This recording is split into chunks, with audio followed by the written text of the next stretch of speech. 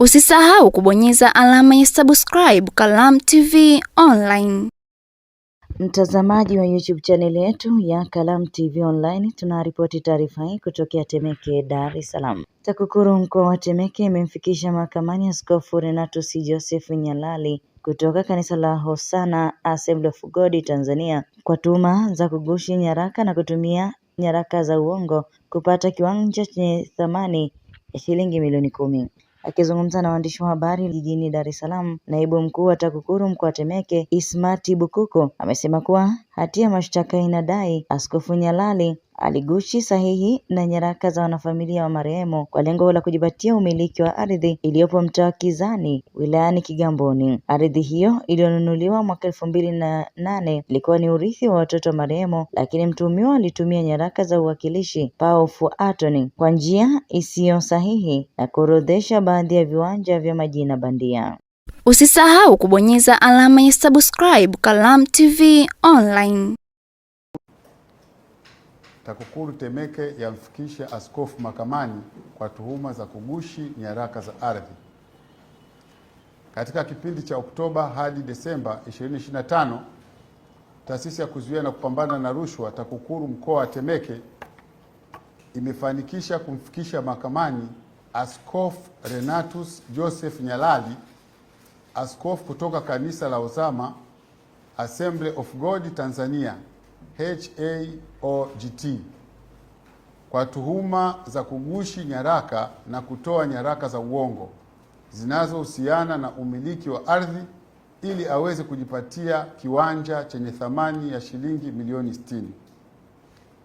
Hatua hiyo imechukuliwa kufuatia uchunguzi wa kina uliofanywa na TAKUKURU baada ya kupokea taarifa kutoka kwa mmoja wa warithi na msimamizi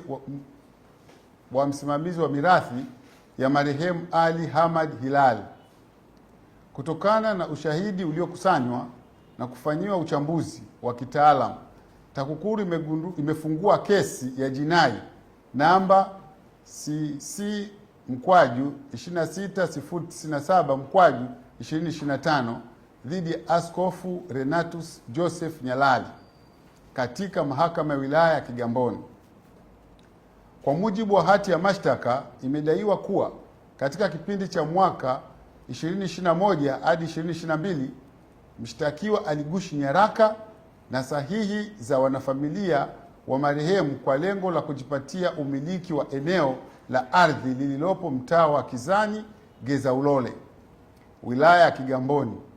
Eneo hilo lilinunuliwa mwaka 2008 kwa kiasi cha shilingi milioni 60 na kuachwa kama urithi kwa watoto wa marehemu. Uchunguzi huo ulifanywa kwa kushirikiana na mamlaka za usimamizi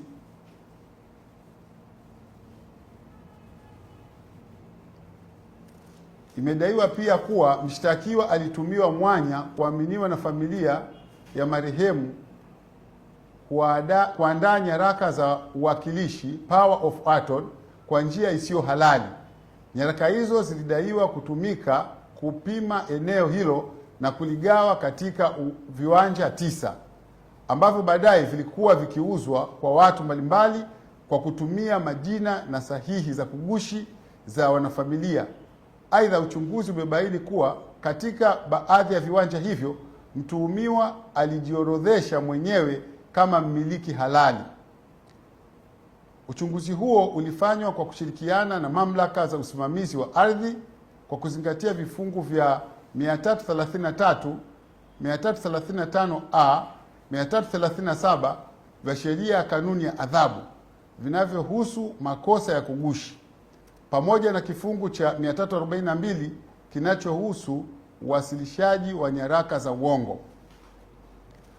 TAKUKURU inaendelea kutekeleza majukumu yake kwa mujibu wa sheria kwa kushirikiana na vyombo vingine vya dola na itaendelea kuchukua hatua stahiki dhidi ya vitendo vyote vya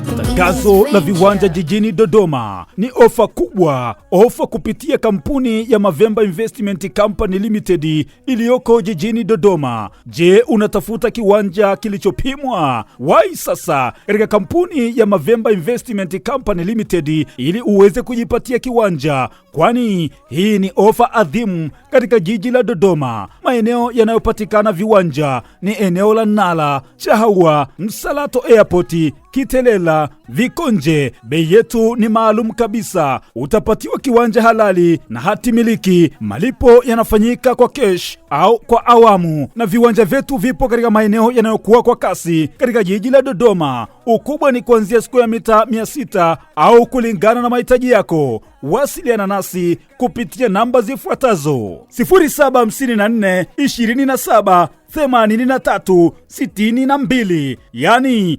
0754 27 83 62. Mavemba Investment Company Limited tunauza viwanja vilivyopimwa kabisa katika jiji la Dodoma. Ewe Mtanzania, karibu sana ujipatie kiwanja kupitia Mavemba Investment Company Limited jijini Dodoma. Makao makuu ya nchi. Usisahau kubonyeza alama ya subscribe Kalamu TV Online.